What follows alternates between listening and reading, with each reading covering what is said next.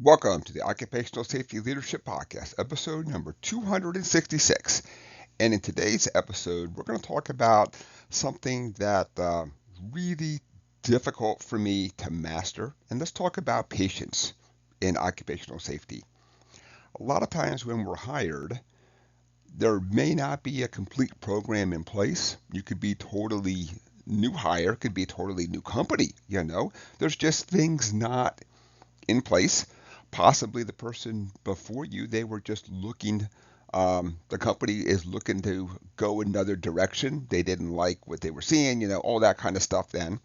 Um, so it's time for a change. The hard part is when we put programs in place and metrics, policies, procedures, training, all that good stuff then. It does take time to take hold.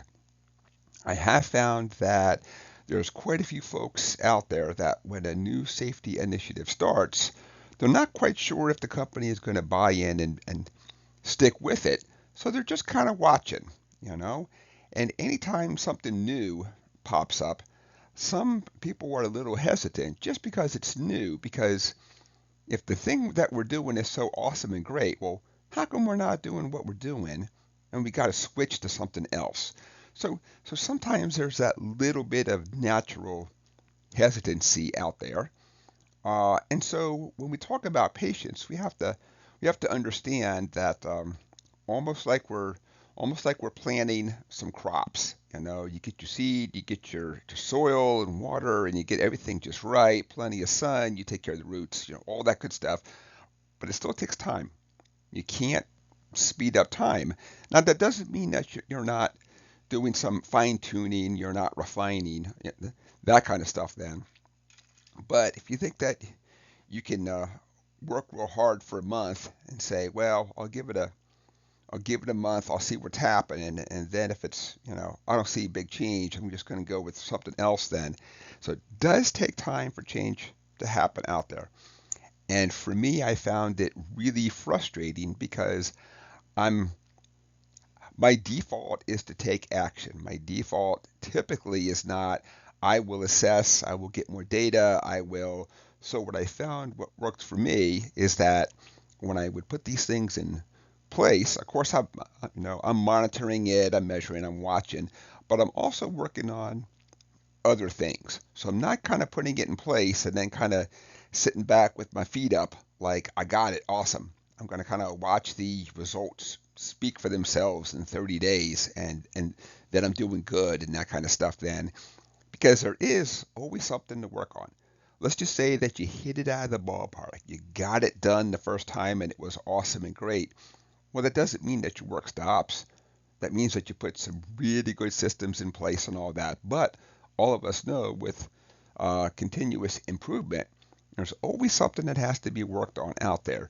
So kind of think about, you put it in place, and then as your patience, you're kind of shifting gears and you're working on other things. You're checking in, of course, monitoring and measuring, you're looking at the training, you're doing those activities still, but that's not kind of a full-time thing. That's you're going to monitor the progress type thing. And so for me, I found that to be really hard being a person of action out there. So it took me a while to get ready for it. I wish I could tell everybody that there's a magic time period. Put something in place, and literally you need 90 days, including Saturday and Sunday, and you will see this remarkable change, and it's going to be awesome and great. And that's just not always out there.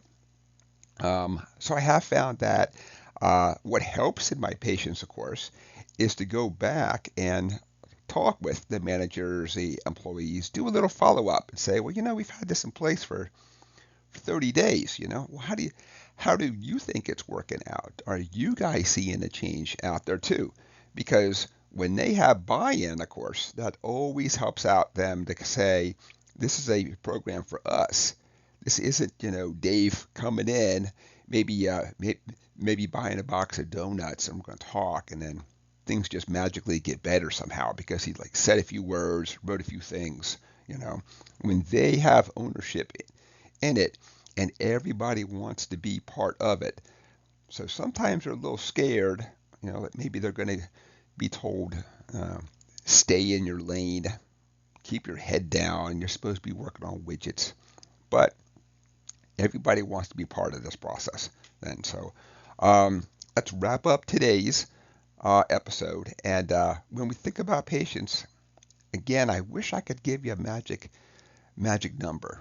Wait, 30 days, 60 or 90, and the results will come pouring in. You can have your feet up, slap each other on the back. Awesome job. We did it. That just does not happen out there. So it doesn't mean that you don't do some fine tuning. And I'll also say that it took me a while, but when I wasn't getting the results I was looking for, I had to sit down and say, well, I've decided I'm going to drop this goal. I'm going to get input from others, and here's the new goal. Here's the new metric. Here's the new whatever you're trying to put in place, because sometimes you think you're going to get some benefit from it, and in hindsight, you didn't, of course, too. So don't be afraid to pivot after you've given it enough time. So with that, let's wrap up today's episode. I want to thank you for joining me. We talked about patience and occupational safety. Thank you and have a safe day.